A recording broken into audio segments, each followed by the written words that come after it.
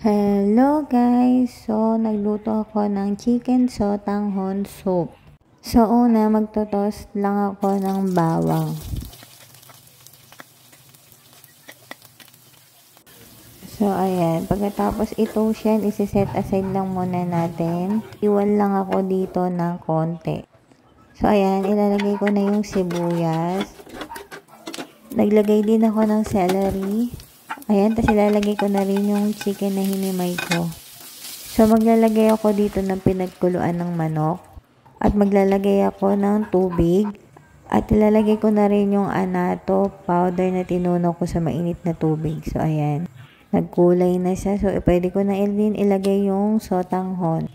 Medyo malambot na yung sotanghon kasi binabad ko na yun sa tubig.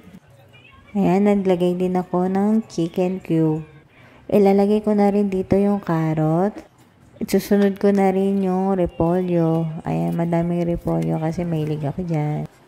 So, ayan, hintay lang natin maluto yung gulay at okay na yan. Maglalagay din ako dito ng patis at ng paminta.